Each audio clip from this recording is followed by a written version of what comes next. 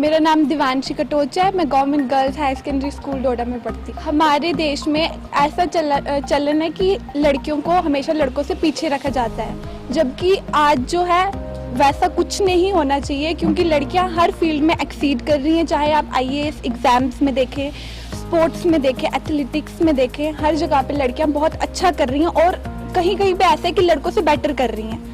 तो मेरे हिसाब से ये जो कॉन्सेप्ट है कि लड़कियों को पैदा नहीं करना चाहिए, लड़कियां नहीं होती घर के लिए अच्छा, ऐसा कुछ नहीं है। मैं चाहती हूँ कि सिटीज़ के लोग काफ़ी हद तक ना अवेयर हैं इस बारे में कि हाँ हमारी बेटियां भी बहुत अच्छा कर सकती हैं, बट विलेज लेवल पे अगर ये चीज़ हो तो थोड़ा काम तो थोड़ी इम्प्रूवमेंट होगी। ब्लॉक लेवल पे होनी चाहिए, फिर पंचायत लेवल पे होनी चाहिए, ताकि हमारे देश की ऐसा होता है कि कोई लड़की किस्मत की बात भी होती है कि अगर कोई लड़की कुछ बहुत बड़ा भी कर सकती है, पर उसको अगर माँ की कोख में ही मार दिया जाएगा तो फिर तो हमारा देश बहुत पीछे रह जाएगा। हाँ जी, ऐसे प्रोग्राम्स और भी होने चाहिए और छोटे लेवल पे भी होने चाहिए।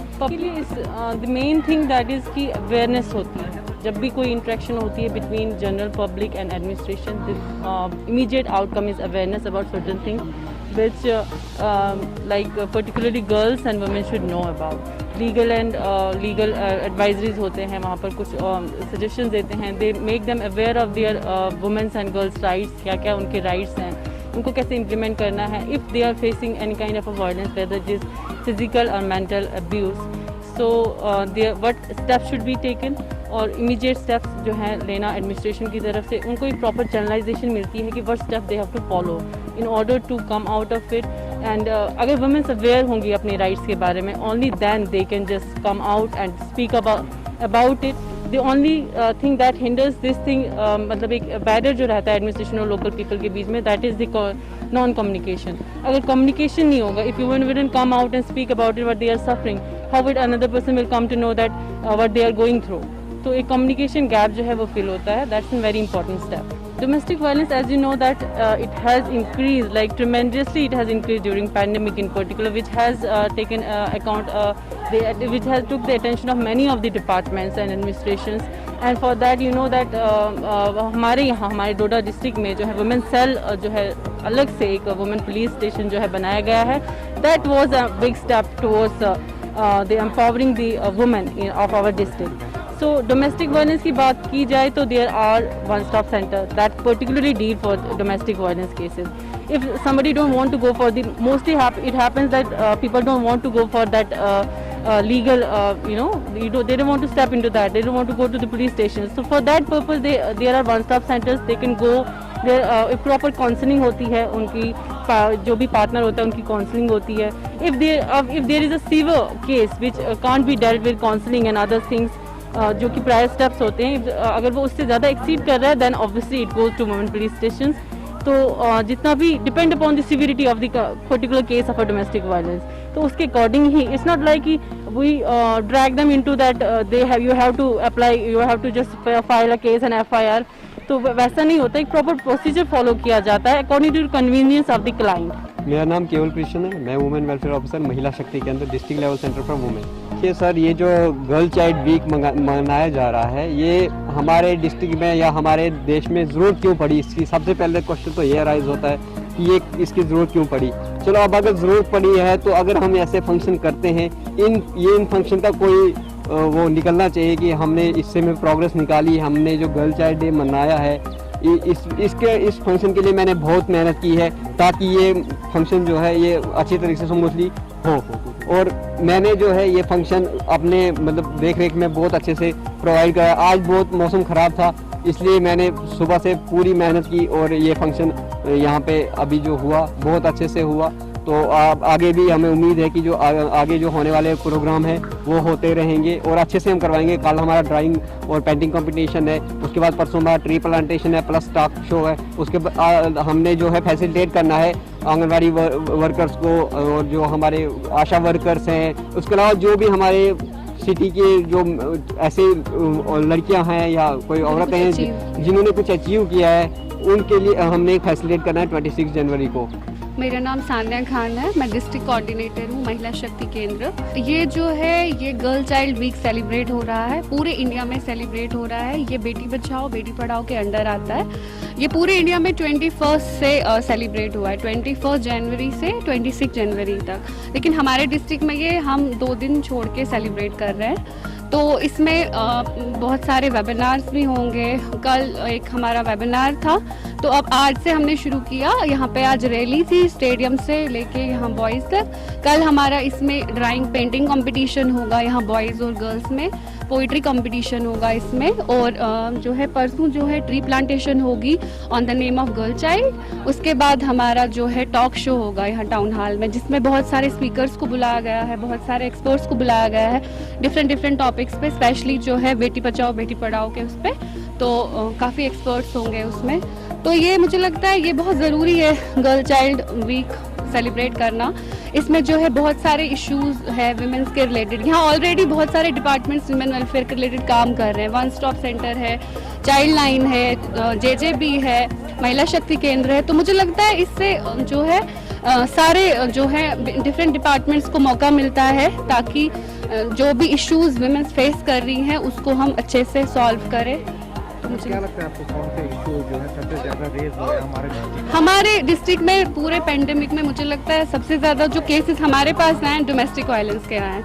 बहुत ज़्यादा केसेस आए पेंडेमिक के टाइम में, जब लॉकडाउन था, तो मुझे लगता है ज़्यादा यहाँ डोमेस्टिक वायलेंस के केसेस आए। मुझे लगता है इसमें सारे ही डिपार्टमेंट्स को स्टेप्स उठाने चाहिए, चाहे वो पुलिस हो, अब तो यहाँ विमेन पुलिस स्टेशन भी खुला है, एडमिनिस्ट्रेशन, सब कोई मतलब मिलजुल के मुझे लगता है इन केसेस को सॉल्व करना चाहिए, ताकि जितनी भी औरतें हैं वो दोबारा ये घरेलू तशद्दुद फेस ना करें।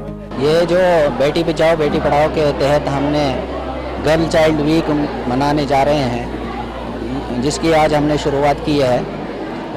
आज के दिन हमने एक तो रैली निकाली है स्पोर्ट्स स्टेडियम से बॉयज़ हायर सेकेंडरी स्कूल डोडा तक, और इसके अलावा हमने आज यहाँ पे ये डिबेट एंड डिस्कशंस रखी थी। टॉपिक था health and nutrition, PCI and PNDT act वगैरह। तो इस जो ये हम वीक मना रहे हैं बेटी बचाओ बेटी पढ़ाओ के तहत, इसका मकसद ये है कि ये मैसेज हर गांव तक, हर घर तक पहुँचे कि बेटी हमारे लिए बहुत अहमियत रखती है। तो बेटी की प्रोटेक्शन करनी है, बेटी को आगे बढ़ाना है, बेटियों को पढ़ाना है और उनको एम्पावर करना है। मैं आपको ये बता दूं कि आज का ये प्रोग्राम है, एक तो हम यहाँ पे डिस्ट्रिक्ट हेडक्वार्टर पे मना रहे हैं, और साइमल्टेनियसली इसी किस्म के प्रोग्राम हमारे सभी सब डिविजन्स लेवल पे भी हो रहे हैं। और आने वाले दिनों में जो बाकी प्रोग्राम्स होंगे वो हमारे ब्लॉक लेवल पे भी होंगे और पंचायत लेवल पे भी होंगे। सजदाए इश्क हो तो इबादत में मज़ा आता है, खाली सजदों में तो दुनिया ही बसा करती है। लोग कहते हैं कि बस फर्ज अदा करना है, ऐसा लगता है कोई कर्ज लिया हो रब से। तेरे सजदे तुझे कहीं काफिर न कर दे, तू झुकता कहीं और है और सोचता कहीं और। भविष्य में हमारे सामने नई चुनौती को रखा था। ये साफ है कि बिना बेटियों के कोई भविष्य नहीं है। भारतीय संघ मंत्री श्रीमती मेनका गांधी ने पानीपत में आयोजित एक कार्यशाला में ठीक ही कहा था, कम संख्या में लड़कियां वाले किसी भी समाज का सीमित और आक्रामक अंत होगा, क्योंकि इस तरह के समाज में प्यार हट जाएगा। में गिरावट प्रदर्शित करता है। ये तकनीक एक विपत्ति है। आए दिन हमें कन्या भ्रूण हत्या, लड़कियों पर शारीरिक और मानसिक अत्याचार, दहेज प्रथा के बारे में ऐसी खबर देखने और सुनने को मिल रही है। क्या हम यही सब कुछ अपने आने वाली पीढ़ियों को सिखाना चाहते हैं? बेटियों के महत्व को समझना और समझाना है। बेटियों के महत्व को समझना और समझाना है। भ्रूण हत्या का कलंक हमें मिटाना है। भ्रूण हत्या का कलंक हमें मिटाना है। I'm an ex-student of Boys High Secondary and I'm here in front of you to speak in such a great, a wonderful topic that is Beti Bachao, Beti Padhao. So, Beti Padhao, Beti Bachao, ये topic जो है क्या कह सकते हैं, ये topic ऐसा topic है जिसके ऊपर किसी ने कभी भी तवज्जो नहीं दी, जिसने कभी भी सोचा भी नहीं इस टॉपिक के ऊपर वो कुछ कह सके। तो ये टॉपिक ऐसा टॉपिक है जिसके ऊपर हम सबको गौर से सुनना चाहिए और हमेशा इसके ऊपर तवज्जो देनी चाहिए। किसी से कम नहीं है, मेरा कहने का मतलब ये है कि हम किसी से कम नहीं है। तो आज के दिन के हवाले से जो बेटी बचाओ बेटी पढ़ाओ पे बहुत सारे बच्चों ने यहाँ पे बोला, हमारे स्पीकर्स ने बोला, एडीसी साहब ने बोला, मुझे पूरा यकीन है कि इस बात पे हम आगे थोड़ा अमल भी करें। और जितने लोग मैं बार बार यही बोलता हूँ, खासकर मैं बच्चों से जब भी खिलाफ करता हूँ या न्यूट्रिशन के बारे में बोला गया, मुझे इतना नॉलेज तो नहीं है इस डिपार्टमेंट का, लेकिन मैं मुख्तसरन इतना बोलता हूँ बच्चों को कि जो 18 और 20 साल तक आपकी जो खुराक है वो अच्छी होनी चाहिए। आप बच्चों की खुराक चिप्स नहीं है, आप बच्चों की खुराक जो है वो कुरकुरे नहीं है, फास्ट फूड नहीं है, आप बच्चों की खुराक अच्छी होनी चाहिए। क्या होनी चाहिए वो बता दिया हिना जी ने यहाँ पे। वन स्टॉप सेंटर है, CWC, JJB, महिला शक्ति केंद्र, चाइल्ड लाइन और भी 2-3 हैं जो कि वर्क करती हैं लड़कियों के लिए वेलफेयर के लिए, वुमेन्स के वेलफेयर के लिए, चिल्ड्रंस के वेलफेयर के लिए। It's very short, but it will expand eventually because it is something that is related to women. Birth of a child is a miraculous event that normally warms every heart. Sadly, many homes still weep if the born child is a female. Thankfully, going by records, the number of the female feticide had come down, but Beti Bachao, Beti Padhao is a campaign started by Indian government to protect the girl child. The Prime Minister of India, Narendra Modi, has given the spotlight on necessity of protecting and educating girl child. That's the reason why he has taken the initiative, which is named Beti Bachao, Beti Padhao. आज मैं आपके समक्ष एक छोटा सा भाषण प्रस्तुत करने जा रहा हूँ, बेटी पढ़ाओ बेटी बचाओ। दोस्तों, भारतीय समाज के अंदर यदि हम प्राचीन काल से देखें तो बेटियों को और लड़कियों को हम एक शाप मानते आ रहे हैं। लेकिन यदि हम अपने मन में सोचें, अगर हम विचार करें तो हमारे इस मन में एक सवाल जरूर उत्पन्न होता है कि सच में क्या बेटियां एक शाप के समान है? इसका जवाब बहुत ही साफ है और तथ्यों से भरा हुआ है कि जो बेटी एक बेटे को जन्म देती है, जो बेटी एक बच्चे को जन्म देती है, आज हम उसी बेटी को इस देश में एक इज्जत नहीं दे पाते हैं। आखिर हम जी किस देश में रहे?